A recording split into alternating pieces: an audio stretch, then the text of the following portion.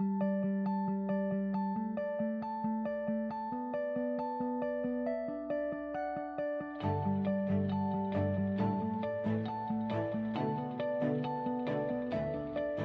dude. you're gonna chat with them right now because Full Sail, bro. we're Facebook Live. So you're saying Full Sail? What Full about Sail, them? bro. Is that what we're going to be talking? Hi, everyone. This is Thomas Popp. We're here live on Facebook for VideoMantis.com. And today it's Friday, so we're just kind of hanging out today. I don't really have a huge topic today. You actually came with a pretty good one. Guys, Well, we're here with David Cook, by the way. How you doing, everybody? Says it up at the top. People were like, hey, I don't know who we're talking to. So now you know all the time. Boop. There we go. There you go. Yeah, I can even do some other cool things up and off the screen later, can you but do this? I don't think I can.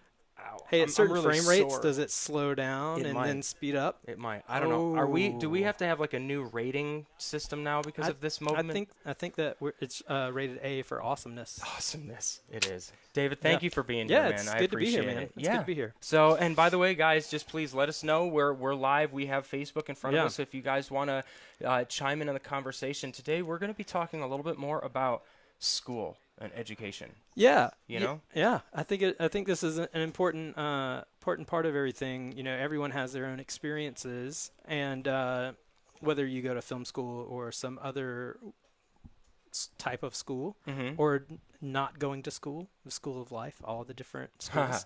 The funny thing is, or interesting thing is that Thomas and I both went to Full Sail. Full Sail, what's up? And the interesting thing about Full Sail is that every month they get a new class. Yeah. And so if you start in January, you'll graduate, you know, whatever the program length is. But if you start in February, you might get an entirely different course. Totally. I know I graduated in 2001.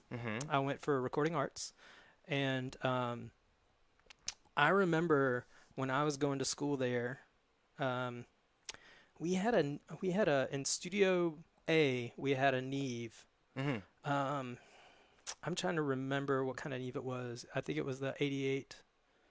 The 9098i? Nope, it was the 88 RS. Wow. And that was before me. Halfway through, they upgraded it to the 89i or 98i. Yeah. So even while I was there, they upgraded just the Neve and Studio A. Wow. But when I was, I think the last month I was there, they built an entire like floor of just Pro Tools stations.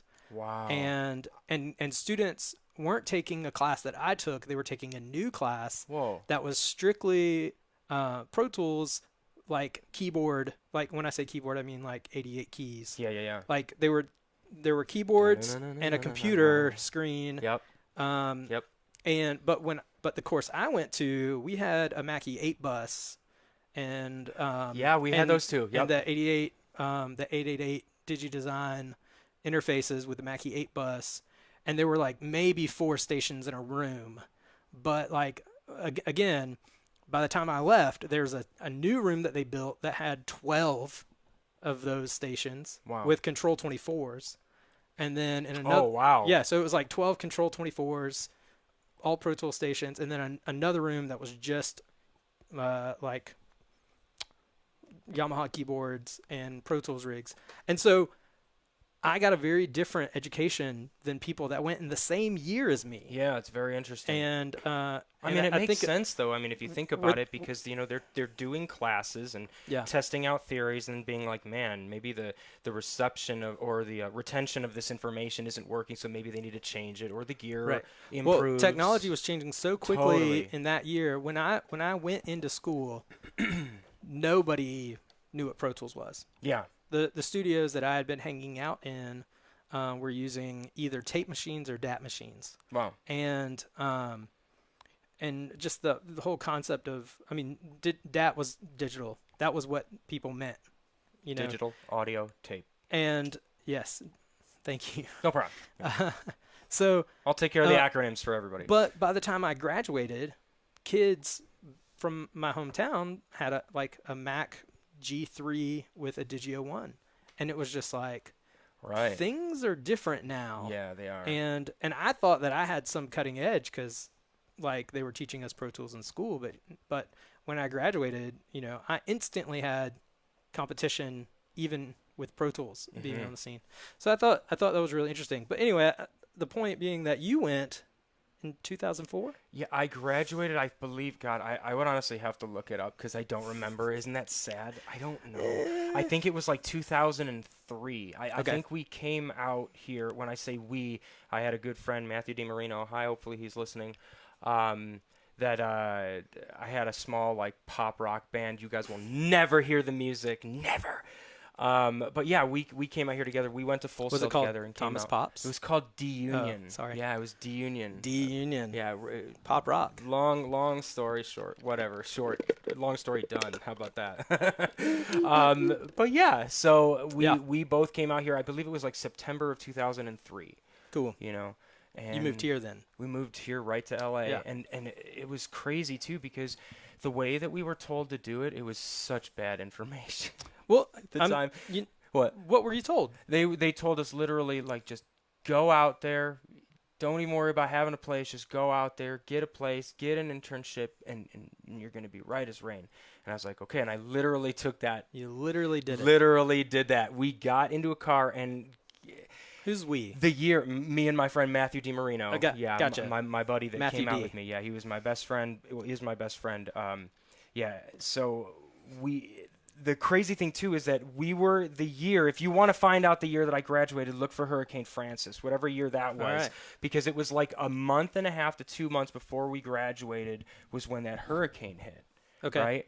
And it was crazy because the hurricane went through and just demolished like so much stuff in its path. There were actually 2 hurricanes that year. There was Hurricane Charlie. That was the bad one. Okay. Hurricane Charlie, they said it was going to go all the way to Texas. And then what happened is like it went up into the Gulf and then it turned right and it went right through Orlando. And they're like, it's not going to Texas. It's going right through Orlando and you have 30 minutes. And we're like, oh, great.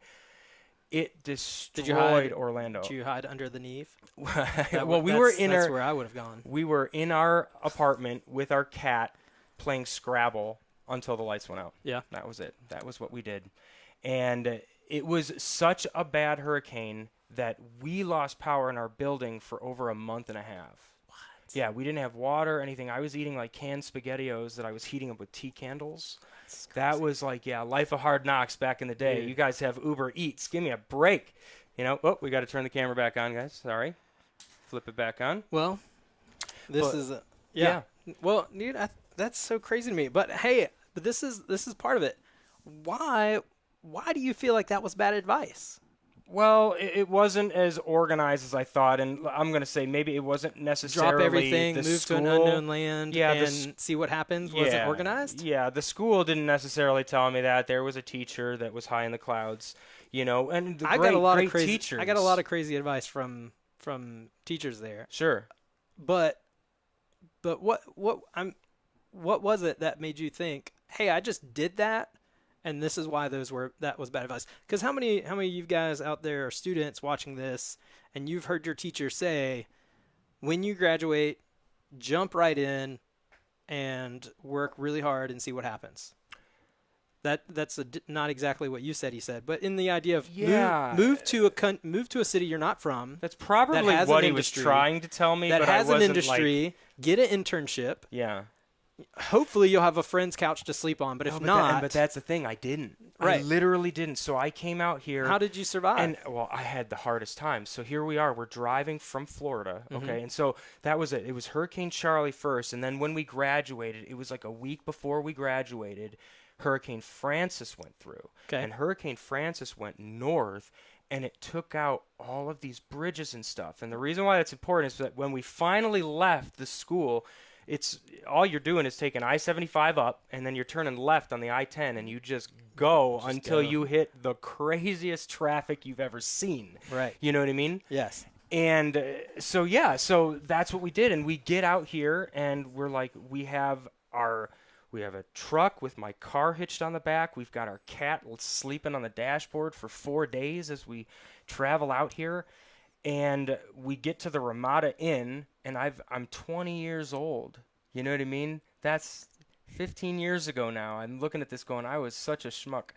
But I pulled into the Ramada and I got stuck because I didn't know I couldn't back up because I had the hitch on the back and I didn't know which way to go. So we literally had to call them to come take the gear for me because I was such a rookie. Yeah. But yeah, mistake, guys. So rookie mistake. Whatever. So I'm at the Ramada Inn. Yeah. I'm at the Ramada Inn with my good friend. We got our cat. We're hiding the cat in the apartment or in the hotel room, and we're looking for places to live. And the problem is that everybody says, well, fine. Well, where's your employment? Well, I don't have employment, and I'm going to get it. And they're like, yeah, fat chance in L.A. Yeah, good luck, kid. So that was the problem. So it was a very challenging time. It took us about a week to find an apartment. We were going to like 3 or 4 places every day trying to find a place. And I ended up scaring somebody into giving us an apartment. That's awesome. Because he had basically just renovated the apartment, and the people that had come in before us, they were really rowdy kids and, drinkers or whatever. He didn't like those type of people. And of course, as anyone knows, I'm the exact opposite of that. I'm such an introvert. I don't do anything really crazy. I just chill here and do sound stuff. But he started talking. He's like, I'm not going to rent to you because you guys are too young. You're going to screw up just like the other guys. And I went, oh, age discrimination. Well, it says on your wall over here that you have a Fair Renting Act according to L.A. That you can't do that.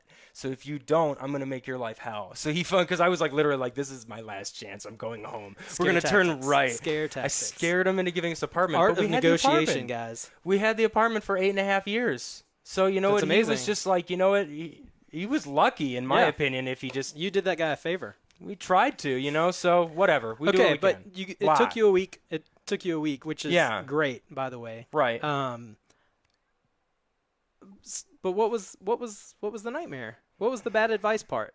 Well, the nightmare is that, I hate to say it, that when you get out here, you're not necessarily going to get a job. You're not necessarily going to get an internship right away. Right. I was with some friends, and I'm telling you, like for example, my friend Matthew DiMarino, he got an internship at Dane Tracks. Have you heard of Dane Tracks before? Nope.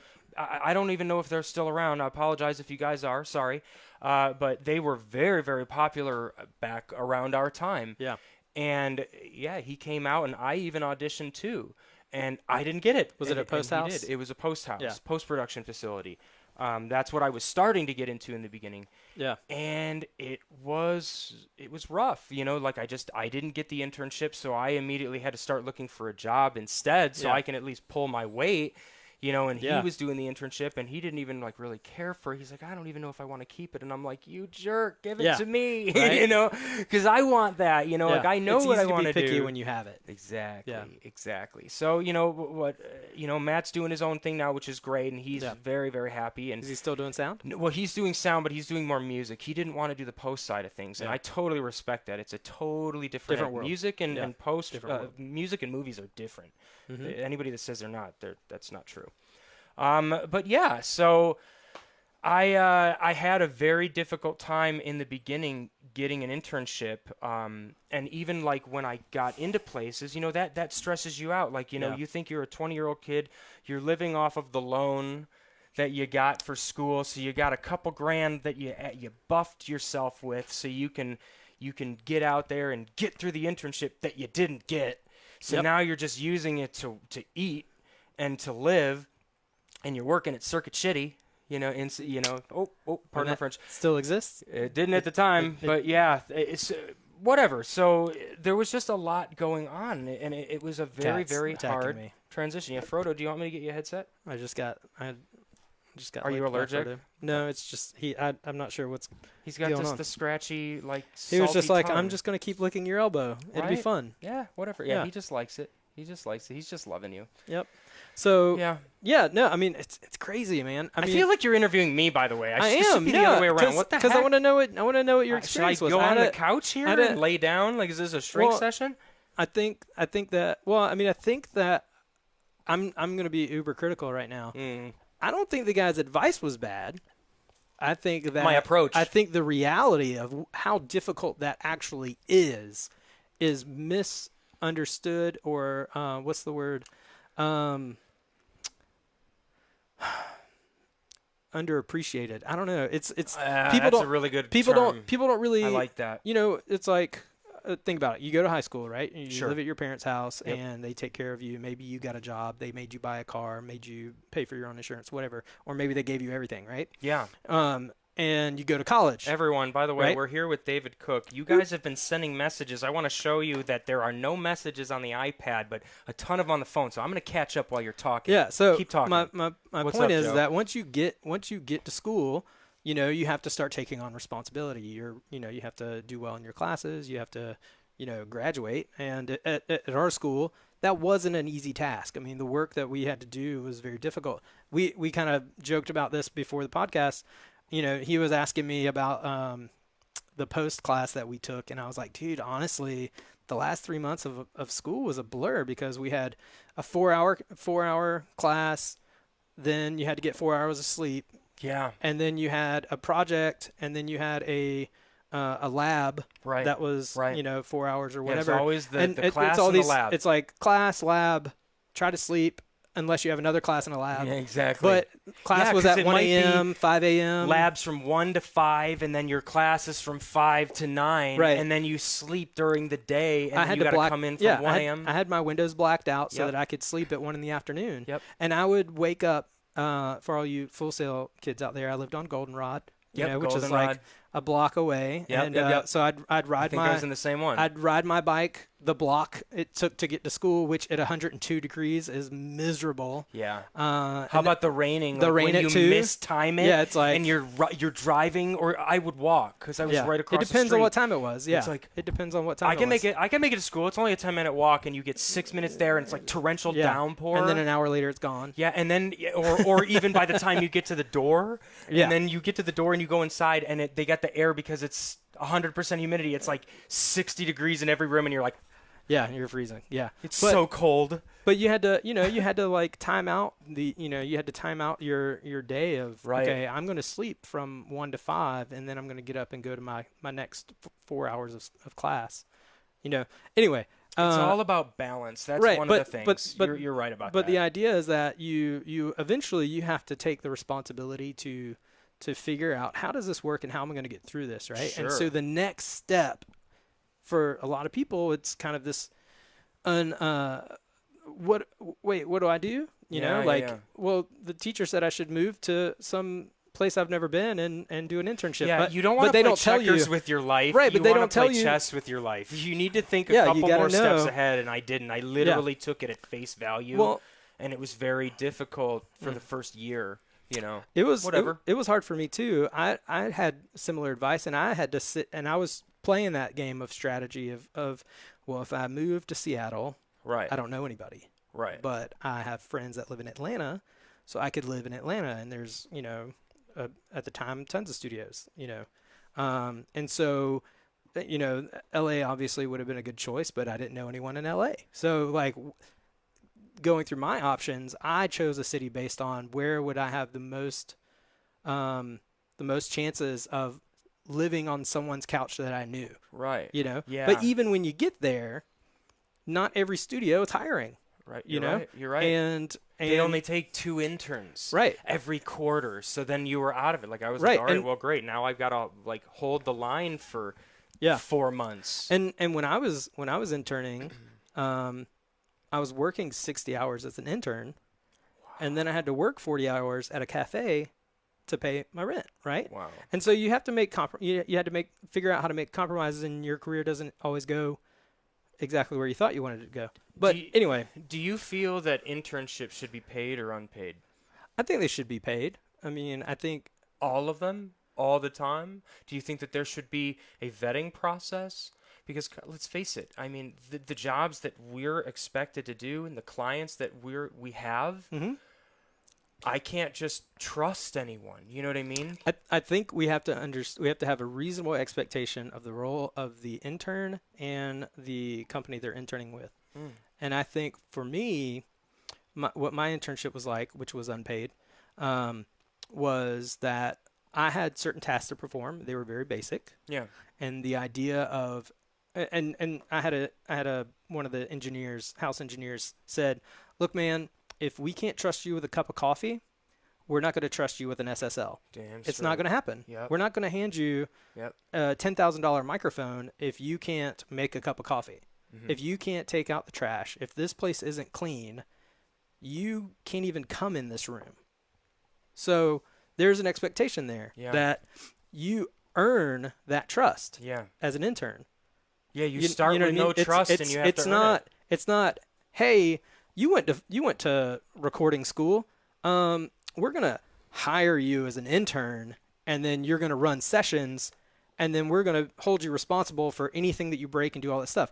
Right. That's not an internship. That's shady scam business. Yeah. Like, we're gonna take advantage of students and get them to do things they should not be doing. Right. There's also that sense of, is your internship happening during your college career, or is your internship happening once you graduate and now you're trying to get in? Yeah, like a directed study or something. Right, and I think those are different. And again, the expectation of, what is my role? What do I get out of this? And that was the hard part for me, is I would I tried to spend time with the house engineers, and I'd ask them questions. Right. Of all the people that intern here, how many of them get work? Yeah. What was it about those people that made them stand out to get the job? Right. Sometimes it's they were around.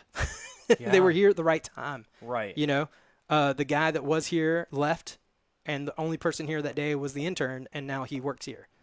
And sometimes it's those people proved it, that they had what it took, and we gave them a chance. I'll be honest, it's mostly the latter, you know, in that, where the serendipitous moments where it's like, oh, I need a guy. You come into the on. I'm just sweeping the floor. Just come in. We need your finger on You know a how to fader. push this button, right? Yeah, exactly. Yeah. Just push this when I point at you. Yeah, exactly. Yeah, like so, that's a different type of story. Right. But when it comes down to like really earning your keep, either at a post facility or you know, on a sound crew, you've really got to own yourself, because let's face it, we are representing the sound mixer that hires us, right? Absolutely. So, man, if you talk out of turn, I've even seen, for example, some camera operators, you know, like the same type of thing. You know, you hire a DP, will hire his camera operator, and the camera operator will hire his first and second ACs, the guys that they like to work with that help make them shine for that DP. Right. And the DP is hiring them, the camera operators, because they make him shine. You know, but I've seen a couple times where, you know, like a first AC, like really started like, you know, mouthing off, oh, I'm really tired of this long day. And like the camera operator, like really reamed in. He's like, you know what? I don't want the producers hearing your attitude. You know, like I want them to know that I'm here for them until it's ready to go. I'm a professional, and you're not acting professional when you do that. Yeah. So that's, you know, there's an example. You know, you're getting paid. Shut up and stay there until they tell you to leave. And if you don't like it, finish the day and find another job. You know, right? Yeah. Hey, really quick, let's look at some of these comments here now that we know. Rest in peace, Circuit City. Yeah. I remember getting our first computer from Circuit City. Really? My parents bought some piece of crap. What did they upsell you on? Monster cables? No, this was the 80s. Oh, okay, gotcha. We didn't have those yet. GE, General Electric cables or something. Yeah, I mean, I don't know. They didn't have. And you were still yellow and red and white at this point. Yeah. Or coax. Yeah, I think it was, I'm trying to remember. It doesn't matter. It's a tangent. Whatever tangent. Who cares about Circuit City? Took me 8 months to break away from a regular job at a movie theater, and I was fortunate in itself. We're talking to Stephen Brungus. How you doing, brother? Thanks for the stuff, Jonathan and Miguel Romero. I got really good advice from a sound mixer when I moved here. He told me to quit.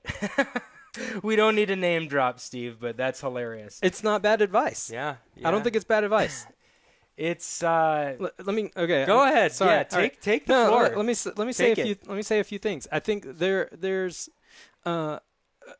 I think some people would benefit from a reality check before they even went to college, because the thing is, and our parents' generation, truly believed you had a college education, that it would open doors for you to get employment. Yeah, exactly. The problem is that the way the system changed is that now you can go to college for anything. Yep.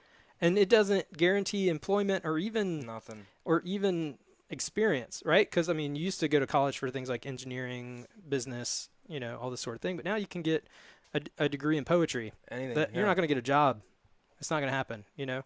But the idea that, I mean, I went to school because I wanted to work in music, and I wanted to work in studios, and I wanted to work at a certain level. and I wanted to get paid for it. Yeah. I wanted a career.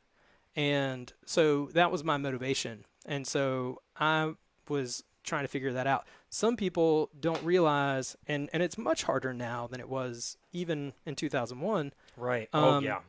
I mean, if you really did the math, there's a lot more competition. If you realized, and I don't know, there had to be 100 people in my graduating class, and and that's just one. So let's just pretend that it's 100 people a month graduating. That's 1,200 people from one school going to the workforce. And if they all took the same advice that if they all did what they were told, and they all moved, let's say to Atlanta. Yeah. If they all moved to Atlanta, you now have 1,200 new students in 1 year every month, all going, give me a job, give me a job, give me a job. Yep. And what that's going to do is it's going to drive the market down instantly, because people now go, well, I no longer need to pay $50 an hour because someone else will do it for 40. Exactly. And next month someone will do it for 30. And next month somebody will do it for 20. And then this goes back to can you get an intern to run your session? Of course you can. Yeah. Because they know everything. Yeah. They better. They're the intern. They graduated and they're convinced that they know how to do everything it is to do to get this job done. So they're already confident enough to show up and say, I'll do it for $20 an hour. And so I say that in the sense that you have to be realistic in thinking about the saturation of a market, and the or the lack of demand in other markets, right? So if you go back to your hometown where no one's from, but no one really wants your services either. So you might be the only engineer in town, but nobody needs an engineer. Yeah. So there's no demand. So you can't expect to make a living there. Right. Here's a real world example of that. Sure. So here I am. Fast forward. I'm back in my hometown. This is after being married and having kids. Where is hometown again? So after I graduated, I moved to Atlanta, then moved back to South Carolina. Nice. So here I am in Columbia, South Carolina. Okay. And had a small studio. Sure. And I had someone reach out to me. Hey, I have this friend who just graduated from Full Sail, and he's looking for an internship. Would you be willing to meet with him? So I met with him. Great guy. I love this guy to death. His name is Matt Smith. And this guy was a serious musician. Mm-hmm. This guy could play.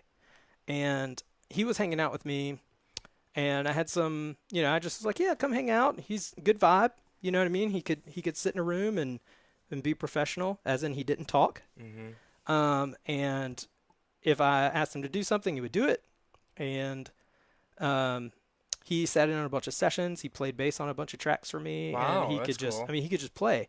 And so a few things, he went through two different, and again, you know how fast things change. He got, I think, a music business degree and a music production degree from Full Sail. So he had 2 degrees. He had a crazy amount of money in cost, whatever it cost him to go. And the first time we met, we were talking, and I said, let me just be honest with you. You need to move. You're a really good musician, and you've spent a lot of money and invested in this career. You're not going to have a career here. Yeah. You need to move somewhere that has a market where you can thrive. Yeah. Now, that being said, all his family was in this town. Right. His girlfriend, now wife, fast forward a few years. Mm-hmm. And he didn't want to move. He didn't want to leave. Yeah. But he couldn't find work. There was a local high school that installed one of those cool multimedia, like tech courses where you could learn broadcast, television, radio, recording.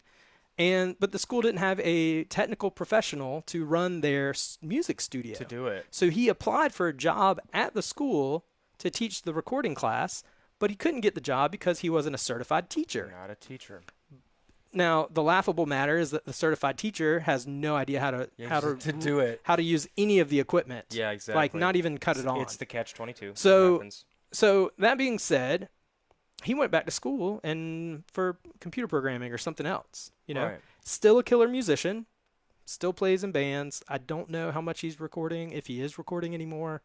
But he made a total right turn, left turn, whatever the term, he turned around and got a different job because he knew I'm going to have to do something that I can actually make a living doing. Yeah. And it's not to say that for There's all of us. There's a difference between passion and being able to have a living. And you know? yeah, being practical. And so, and for any of you young people out there, you know, turning the camera back on. Think that you might one day get married and have a family, then this one and come back to this one. Then you might want to really consider what the probability is of developing a career. Now, there's always the underdog, right? Who's always going to fight, and he's always going to keep going. He's always going to do whatever it takes to make it. That's not the majority of people, in my opinion. Yep. You know, we're having a little technical difficulty. And it's a technical difficulty. Imagine that. Pardon me, guys. Well, the thing that's weird is like a ghost. Like I should be in this camera right now. Weird. All right. I don't know how this works. Black magic. How do I see people's comments? I don't know how Facebook Live works. Isn't that awesome? Apparently, neither do I. So, but people are watching. What's up, Gabe? You should, yeah. I just wanted to say hey to Gabe as I'm talking about all the things. Never get married, forever alone. Thanks, Steve Brungus. Yeah. Way to be awesome. Being single's cool. I think that's also something people should consider. If you're working 12-hour days every day, you know, do you have time for a relationship? Is that important to you? Exactly. You know, like how do you maintain a healthy relationship if you have nothing to invest in that relationship, you know? So here we are having real talks about real life with Thomas Popp and David Cook on Video Mantis. Yeah. And it seems like the camera We're just having some very interesting issues because even if I go live, like I should be in this camera right now. This is like my FaceTime camera. So we're going to add one more and see what happens. Like, yeah, I literally, guys, you know what? I appreciate it. But what is it looking at? I don't know. That's the problem. What is it seeing? It's supposed to be me. So, guys, I apologize for everybody listening. Like I said, we're still working out bugs here. I'm using a software program to run these things, and it just decided that it doesn't like my digital camera anymore. Yeah. Well, so I'm going to reconnect it. It's a live feed from the camera? Yes. Are you sure you didn't actually hit the triangle button in the back? And I could have. Who knows? You know? Who knows?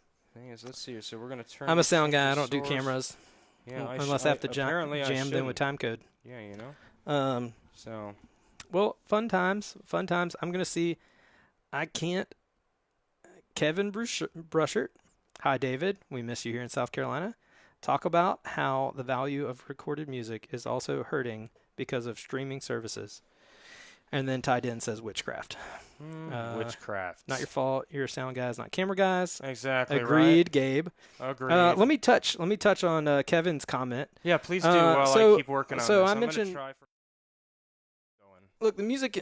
Let's talk about something. Let me rewind. I mentioned something earlier. I went to college to learn how to do something because I wanted to get paid well to do it. When I first graduated high school, my mentality was I need a job that's going to pay me good money.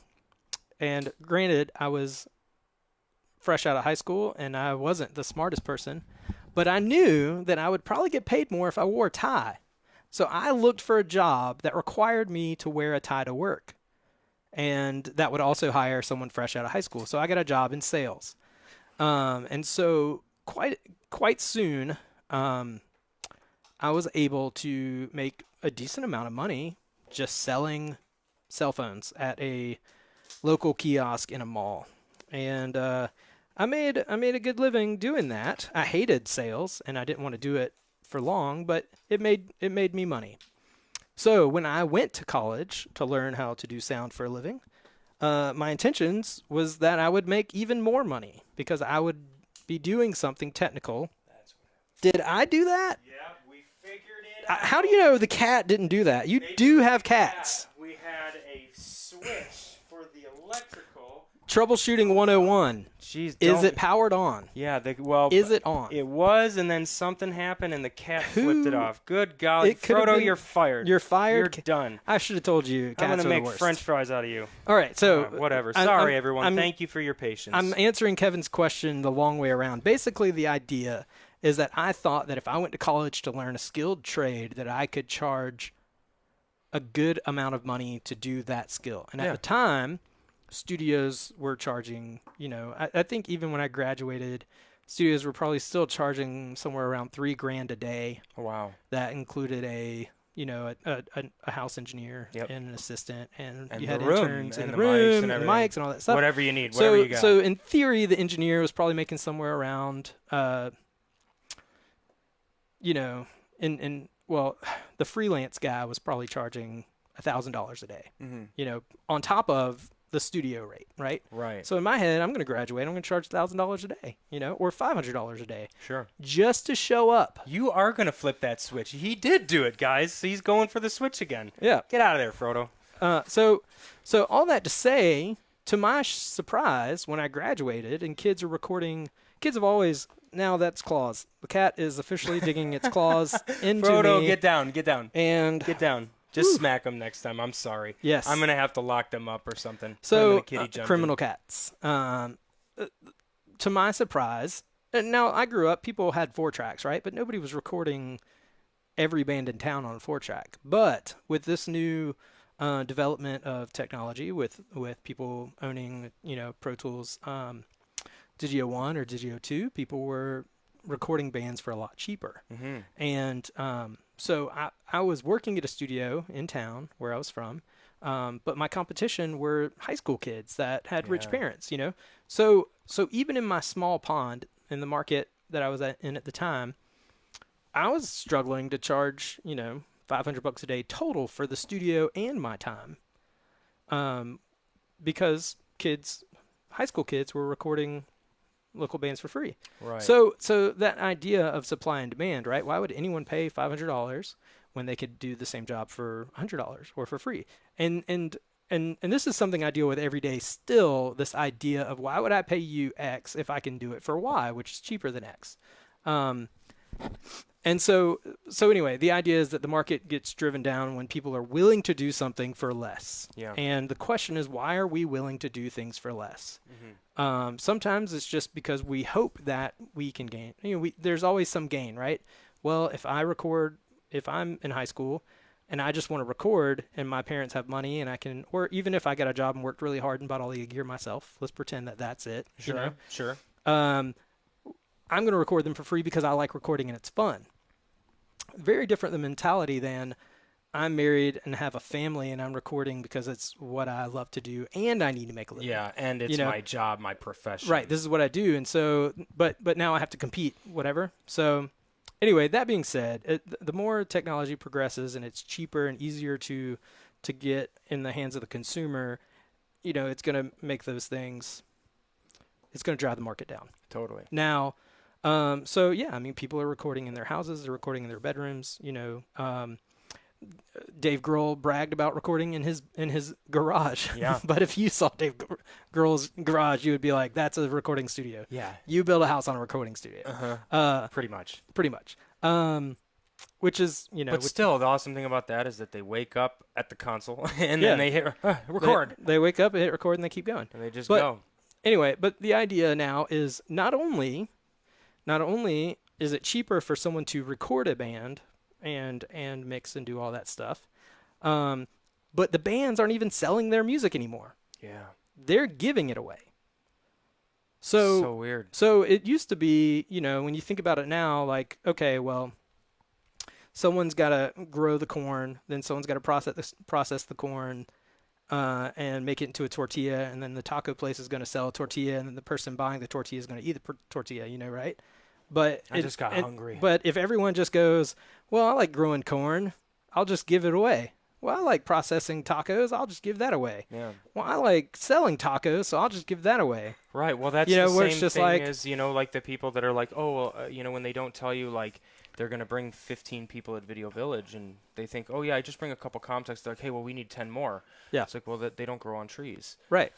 There's an investment on our part to do that. So, Kevin, to answer your question, the streaming service is just one more step to what do we value, right? So if the consumer says, I like music, but I don't want to pay for it because I can get it for free. Mm-hmm. And then the artist is convinced, well, I like making music, but I don't want to make it for myself. I want other people to enjoy it, so I'll just give it away for free. Right. And that kind of leaves the engineer with this idea, or the producer, or whoever's involved in creating those products. Well, I like doing that. And if I want a career, I guess I've got to give it away so that eventually one day when somebody magically has money, I'll get paid somehow down the road. The problem is that now we're back to that 1,200 people a month flooding a city from one school, not all the schools. When I grew up, there was no recording program. Yeah, there was only a couple. Now there all was over like the place. 4 in the country that I knew of. Yep. And now everyone down the street, the high school is giving away free recording classes. So even the recording class isn't a viable market anymore because the schools are giving it away. Right. Now that's a great show. That's a great testament to value. Mm-hmm. The school's willing to make the recording studio. They're willing to buy the gear and design a studio, but they're not willing to hire someone trained enough to buy it, to teach it. So but it's not that they're not willing to do that. You also have to think, like I hate to say it, some of our peers that are going from movie to movie to movie. If you're mixing Avengers 1, 2, and 3, Mm-hmm. and you get called, hey, can you come in for 1/8 of the pay and teach these kids that half of them don't care and are going to be on their phones, by the way. But can you come in and do this and dedicate 2 or 3 months of your life? And they're going to go, no, because I've got Avengers 9 coming in a few weeks. Right.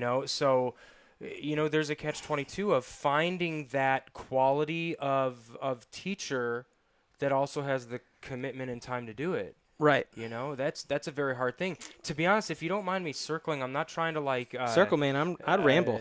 Well, to be honest, like that point specifically that you just brought up is why I made Video Mantis, because I feel that a lot of our schools are at a disadvantage because when they come in and it's just like, when we went to Full Sail, like I was there for 12 to 13 months Mm-hmm. and you're there 8 hours a day. But then I look at some or more. But then I look at some of these other schools, and it's like, no. When they're doing a film school for, 3 months or whatever, they might have a sound class for 6 hours. Right. And that, like, when I heard that, it was like an angel dying in heaven, like, to me. Like, it literally, like, I sunk to a huge low in my life. And I was just like, I don't like that. Because to me, when I was in school, and I was like, man, I hate to say it, like the guy that taught me in my labs mixed the Backstreet Boys album, and he was talking to us about how he's like, yeah, there's 128 vocals that are comped onto this. And I was just like, damn, I want to hear your stories. But he has to keep going, no, the button that I've been telling you about for 3 weeks, the button this button, and like having to help the kids that aren't willing to push themselves. Right. And I go, man, it was a disservice on my education because I wanted to I wanted to learn everything from that person and just talk. Mm-hmm. I just want to listen because that's how you learn. Right. Well, but that goes to talk about what the expectation is at school versus internships versus a introductory role. Let's think say that it's for instance, at school, right? This guy does have a responsibility to not just teach you, but 30 other students all at the same time, and he has to basically keep pace with the slowest person in class, right? Right. And so if you are the top of your class and you know where the mute button is, and you can hang and you want to know the extra stuff, that's great. He's not worried about you. You'll be fine. Exactly. So now he's got to focus on the dummy that doesn't know what mute does. Right. Now, but then you go to your internship. Well, when you go to your internship, if you're there, let's say 40 hours a week, you're not spending that 40 hours asking the engineer or the sound mixer, what does that button do? Oh, hey, remember that time you worked on Avengers 9? Yeah, exactly. What was that like? Totally. Your job there is to shut up and watch. For sure. Watch him work, watch him interact with people on set or in the studio, and just observe and soak it all in. Yeah. Okay? Now you get moved up to we're going to stick to film sets. Sure. Because that's our focus. Let's do it. Now you're utility or cable wrangler, right? Or maybe you're boom op, you know? Well, you should have paid attention enough to know what to do and how to act, and now you go do, right? And as you're doing, hopefully the sound mixer, who's the head of your team, will, if there's any, in the downtime, you guys swap stories. Hey, tell me about this, on your lunch break or whatever, not in the middle of a scene, or take them to lunch or, a barbecue, whatever. Like, you got to know when the times are appropriate to do those things. My mother always said, time and place for everything. Exactly. Time and place. And she would say every single day, like when I'm getting out of the car to go to school at elementary school, honey, time and place for everything. And I'd be like, shut up, Mom. But now I listen to it and I'm just like, damn it. She's like the Jedi master of all knowing everything, Yes, thanks, Mom. Thanks, Mom. But I think that's all about managing expectations, and which I think a lot of people really struggle with. I just graduated from school. Now what? Well, there's lots of you talk about bad advice, and I think one of the most underestimated things of advice that I got from school was start at the bottom and work your way up. I don't know where this. Nope. I know where it came from. I got that advice. I got the start at the bottom, work your way up. Mm-hmm. And let's go ahead and bullet point. That's great advice. And the reason it's great advice is because you will build your network.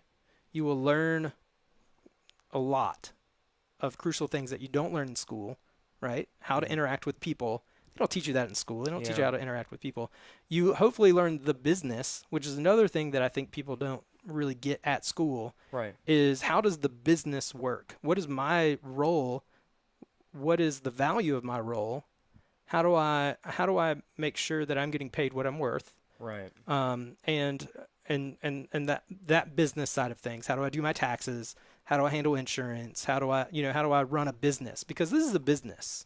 As a it is a business. As a freelancer or as a staff person, you are a part of a business, whether it's your business or someone else's business. You need to know how that works. Yeah, exactly. And I think starting at the bottom and working your way up is a great way to learn the business, build your connections and your relationships and your network, right? And your skill. Now, I got another bit of advice when I was at school. It was too late. It was the most pointless advice I ever got.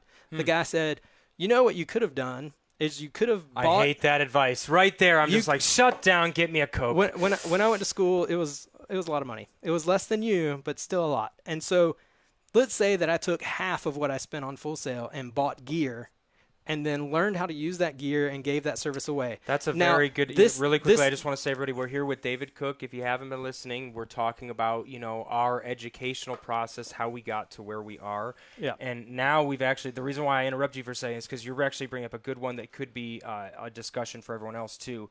Should I go to school, or should I say screw it and buy the E&G bag right now and just fake it till I make it? Go. Neither. Okay.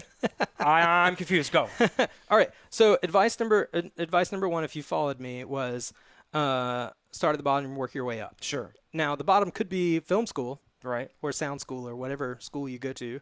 But when you graduate, you're back at the bottom, which is where you start and work your way up. Right. That's option one. Option two is skip school, skip the bottom, buy a bunch of gear and go do it and get experience.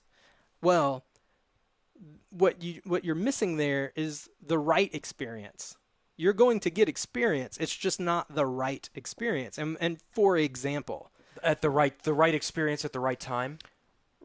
Right. You're going to learn things the hard way, and maybe it's quicker, but it might not be better, and it might not be better in the long run. It's education without depth. Right. It's face value education. Let's say, and Thomas, I know you can't edit this because it's live. Yeah. But let's say that you got the Video Mantis app, you watched 1,000 videos, and now you know how all the gear works. Sure.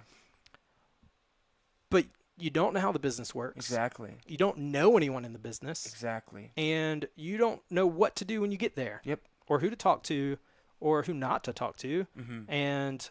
And those are the crucial things that really matter, because look, a dummy that doesn't know anything can walk on set and learn a ton and not spend any money to do it. Sure. If you spent 10 grand on an E&G kit, you could get work. Mm-hmm. You can. Sure. You might not get high paying work. Yeah. But you're gonna find. But you're gonna get work, and you might learn how to do your job, but you're gonna be stuck in a certain type of circle. Yeah. And it's most likely not the circle you want to get in. Right. I spent. Hi, Jim and Joe Fogley. How you doing, guys? I spent about an hour. Sorry. Hey, guys. Go ahead. I spent about an hour talking to a guy recently, and we were talking about a client, and this client gives him work, right? And he charges half of what he should be charging. And he has good gear, and apparently he has 6 years of experience. But the reason he can't get paid more money with his clients because his client has already established that this guy works for this much money. So anytime he says, hey, it's been a few years, I really should be getting paid the full amount for this work, not this overly discounted rate, but a real rate.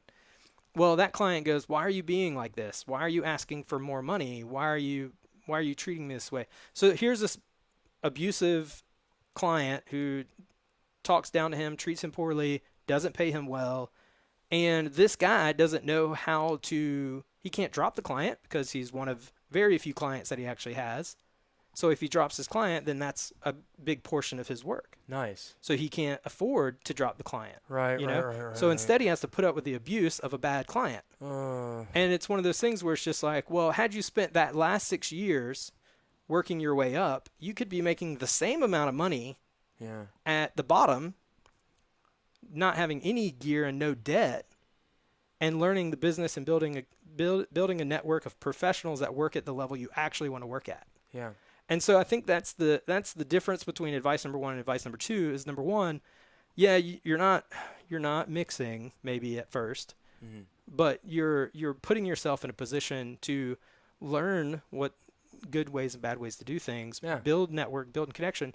The other way, you just kind of have to, it's a huge risk, low reward scenario. Now, for all you guys out there who have done it way number 2 and have successful careers, congratulations. Yeah. You know what I mean? Because it's harder. What you did was harder. Oh, it's very hard, and it's very risky. It's very risky. If you've survived it, then you are what I call the underdog that just fights through and makes it happen. You got heart. That's what they say in boxing. Oh man, he had heart. And I would say that I'm actually probably closer to number 2 in the results that I've had.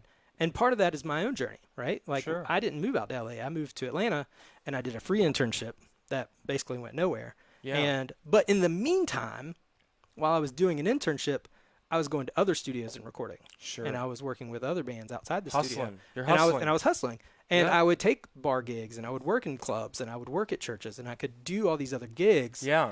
Because I didn't want to put all my chips in one basket, you know? Sure. But I worked closely with other engineers that knew better, that had more experience. So it wasn't me doing a lot of guesswork and a lot of whatever. I still built relationships and connections with those companies, those engineers, peers, all that stuff. So I was constantly building that network up. And I wasn't giving it away for free. And that's the other part is establishing a sense of self-worth, you know? Right. And really quickly, I want to bounce because we got a couple people, and I see that Joe Fogley says he's on. I'm at SCAD in Savannah, SCAD. Says he's teaching. So I don't know if you're doing this live to your students, but hi, students, how you doing? If you guys have any questions, shoot them our way. We would love to be a part of your class. So we'll be here for a little while longer before we bounce. And we have Miguel Romero here. He says, I was lucky enough to learn under an apprenticeship. Yeah. I just hung out with a bunch of sound guys, and eventually one of them was like, hey, you're cool. You want to hang out and help me with a gig later this week? That guy turned into one of my best friends and even got me my first studio job. That's awesome. Yeah. Before film schools were prevalent, this is how it worked, for better or worse. Yeah, I mean, it's definitely the way it is. You've got to just be that team player, for one thing. You've got to know that no matter where you're starting in life, you are going to be below someone else. You know, if you come out into this industry and you say, I'm a professional, so are 40,000 other guys in this big ocean of sound mixers that we have. I've had to start my career over numerous times. I mean, anytime you move, and this is one of the hard things, right? Oh my gosh. And this is why, you know, and I have some good friends that have done this with huge success and some not so much. For sure. And I'll give you an example. So anytime you move, right, you're starting over because Right.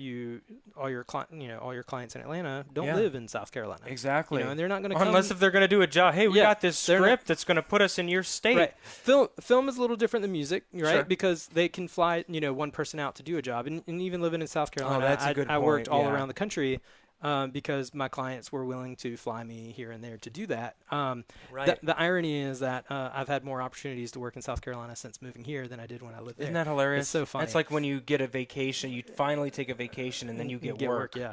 But I mean, that's the thing is like when you move and you really push in, like that's where you're building your contacts and your career and all that. So it's much harder to move without having to start completely over. It's difficult. I've been in LA for 3 years, and I basically had to start all over. Yep. Everything that now I kept all the experience. I kept all the business. Yeah, so it's easier. It's easier to transition when you have a plan and you have a sense of what it takes and you're willing to put in the work. It's much harder when you are naive about it all.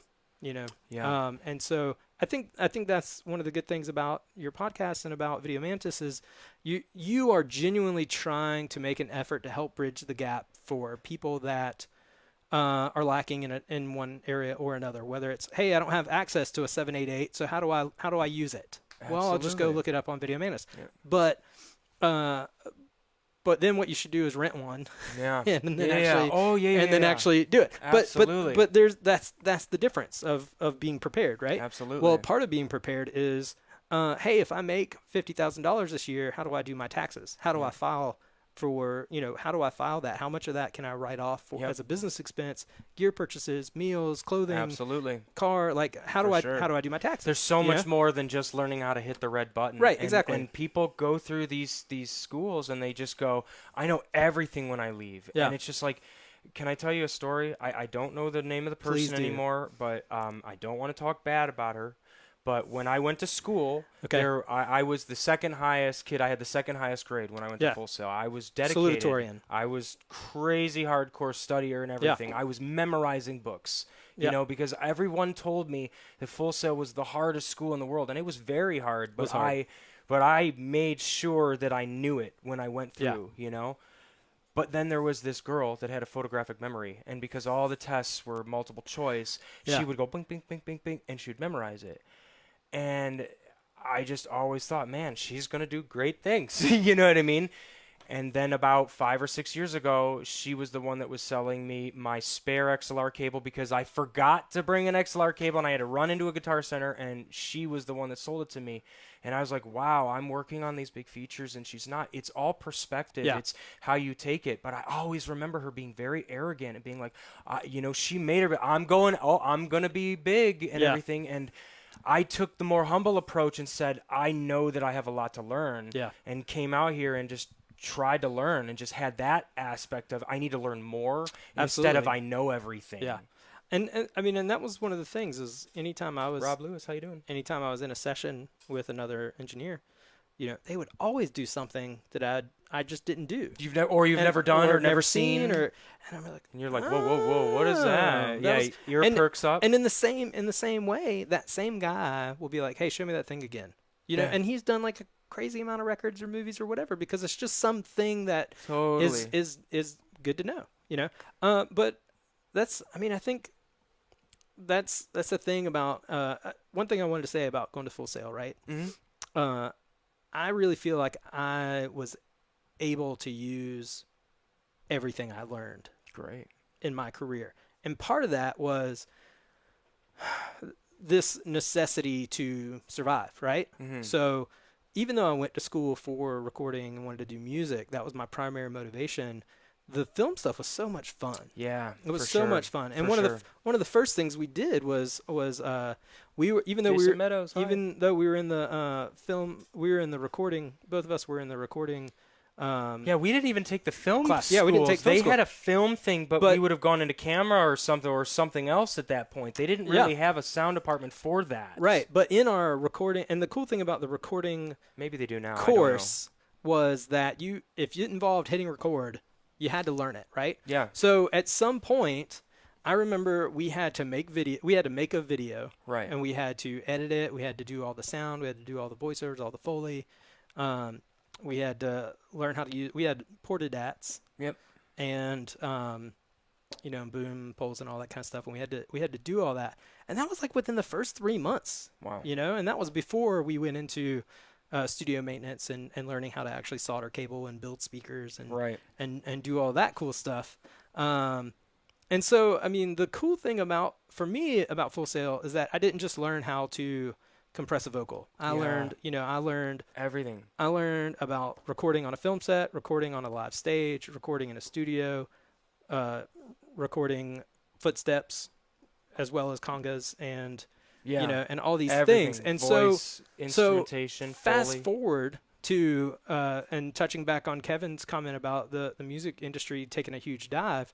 Here I am, have a studio in South Carolina, which it struggled to get any kind of client that had a budget. Mm-hmm. And then I get a call from a film friend. Hey, can you fix our dialogue? We recorded it in a factory and there's a lot of low hum. Yeah. Can you do that? Great, yeah. Sure. Hey, I got this commercial. Can you add some sound effects and do some sound design for it? Oh yeah, sure, Yeah, it'll be why fun. not? Why not? I got nothing else to do. Sounds good. And then it was like, hey, can you come on location and record dialogue for us? Yeah, absolutely. No problem. Like I can do all those things. I didn't set a path to do those things originally, but that's a really good point. I was given the tools that I was given the tools and the experience to be able to say, I'm not worried about doing this the wrong way. I know how to do this. You just changed my perspective on Full Sail, believe it or not. But here's the thing. What? That was my experience. Right. My experience was I did so many different things while I was there, and I got so much exposure that when I got into the real world, and that was one of the things that they always said, be ready to jump into any situation and have some sense of how it works, right? The one area that I'm not jumping into is gaming because there's too much computer gaming programming things that has nothing to do with sound. Yeah. Anyway, but the idea is that I was just able to adapt to a lot of different situations. Fast forward to my buddy Matt that I mentioned earlier. When he first approached me, and I was trying to help him out, and I was like, hey, do you want to do this live gig for me? I don't want to do it. I don't, or I was booked or whatever. It pays okay. He was like, I have no idea how to do that. And I was just like, what? It's easier than recording. You don't have to hit record. You just throw it up. Yeah, exactly. You mic everything and then just you mix it. You don't. They feel like there's something missing. Yeah, there's some weird disconnect with like live music and recording, and they are different. Yeah. They're similar in workflow, but there's extra stuff. Right. And you do have to take certain things into consideration. Right. But that being said, like I was too stupid to be scared. Ooh. We got a couple things here. LAMO, Full Sail gets a bad rap. They don't always get a bad rap, guys. No, honestly, you know what? I'm a part of a live sound Facebook group, and they rip on Full Sail all the time. Full Sail's got a lot of shit, but it's also look at what they've achieved. Look, I went to school with a lot of idiots. I'm not gonna lie. I mean, I went to school with a lot of people that really didn't care about what they were doing, and they didn't really think that they didn't take responsibility to be good at what they do, and that's just who they are. But they're not professionals now. Well, but that's the thing is 300 kids in my class, and we had 15 graduate. Well, I don't know how the graduation process works, but my point is, people do show up to set, to stage, to the studio, right? And they are not professional. Yeah. And being professional isn't always about knowing everything. It's about how you carry yourself. Right. And if you can show up and you don't know how to plug an XLR cable into anything, Sujek says, David, breathe. Remember to breathe. Mike. Thank you, Michael Sujek. Thanks, Mike. The problem is I'm breathing. Thanks, Mike. Anyway, my point is I don't breathe. That's overrated. Don't breathe during takes. You hold your breath when you keep boom. Going. Hold your breath. Hold your breath. My point being is that you don't have to know it all to be professional. Yeah. And But you need to know how to handle yourself in professional how situations. you handle yourself is important. Absolutely. Right? So if you show up, and even if you know it all, but you can't carry yourself in a professional manner, people will not want to work with you. And you know what? To even think that we know it all is just so Yes, I will be the first too. to say, Nobody I don't know does. it all. Yep. I don't know it all. I'm not an expert, except if you're paying me, then I totally know everything. Right.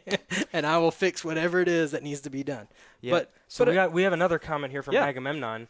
He says, persistence, fierce will to succeed, incredible talent, right place, right time, authentic mentors, ability to hear and discern subtle nuances, understanding the business, technical knowledge, equipment, know-how, common sense, acknowledge your peers, people skills, psychological grasp of set dynamics. Yep. Just some of the things that come to mind. Just some, right? Thanks, Aggie. Oh, my God, Aggie. Thanks, Aggie. Wow.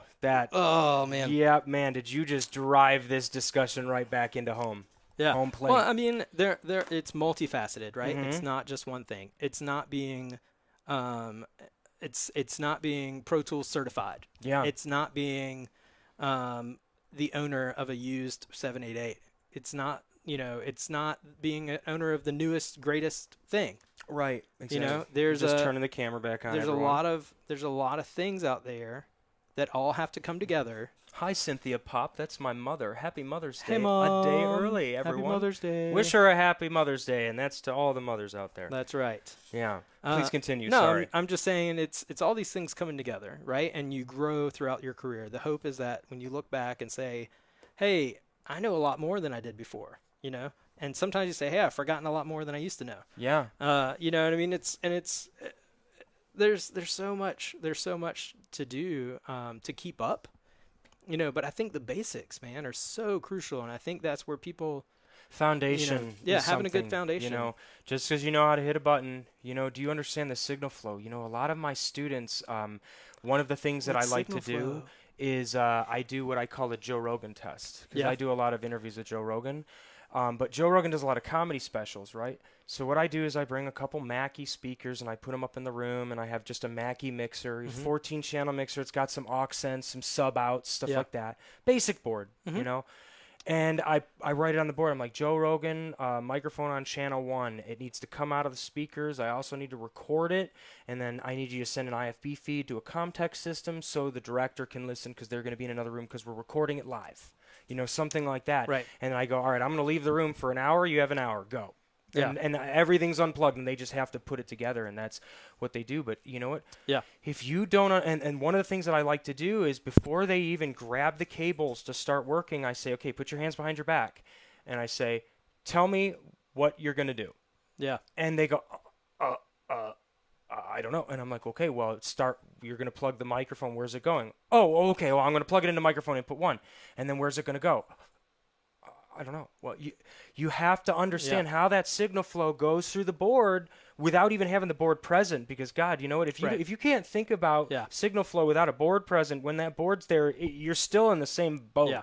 You know what I mean? So you're going to have a problem. And the biggest problem is you see a lot of people going, push, push, push, oh, shoot, and they start panicking instead of going, you know what, let me put my hands behind my back and take the deep breath. Yep. Thank you, Michael Sujak. And then, oh, Michael. You know what I mean? Like that type of deal. So, there's a lot of different things that we can do to keep our professionalism on set, to exude that confidence. One thing that a lot of people, I always say, is TCUP, T-C-U-P, think clearly under pressure. Yeah. I always try to remind myself that every day, because I do get very anxious on set because everything's moving and you're part of that cog and it better work, Yeah. I don't know. What do you think?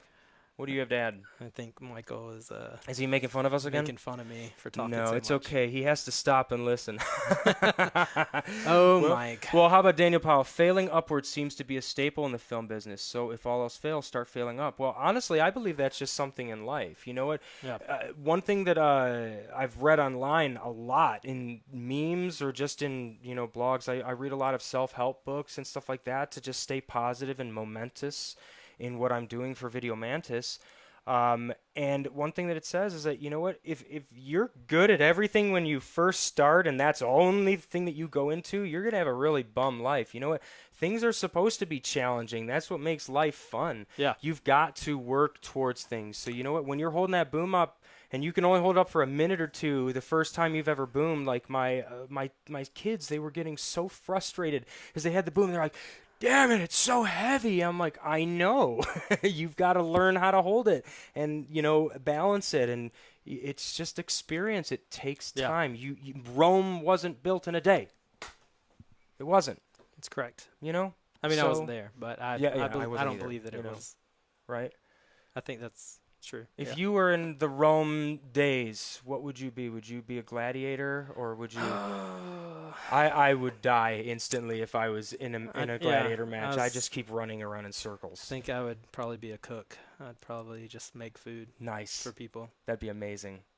It probably wouldn't be the worst. Yeah, right? Probably eat well. Yeah. Amazing. But yeah, totally crazy. David, I want to say thank you so much for coming today. I know that this has been a crazy topic, and I want to thank everybody for joining in. Obviously, this is David Cook. I'm Thomas Popp from Video Mantis. Thank you for joining in and helping. Obviously, like I said, Video Mantis is all about students. We're just here to just have professional conversations about what we do on set day in and day out and just help, you know, lead the way to what we do. Yeah. So if you guys have any questions, please leave it in the comments below, and we'll be doing more of these soon. Take care. Bye. Hey guys, I'm here with Loki, and he wants you to remember to like us on Facebook, because when you do that, you're going to go and get all the notifications. Really? He can't even get through a take.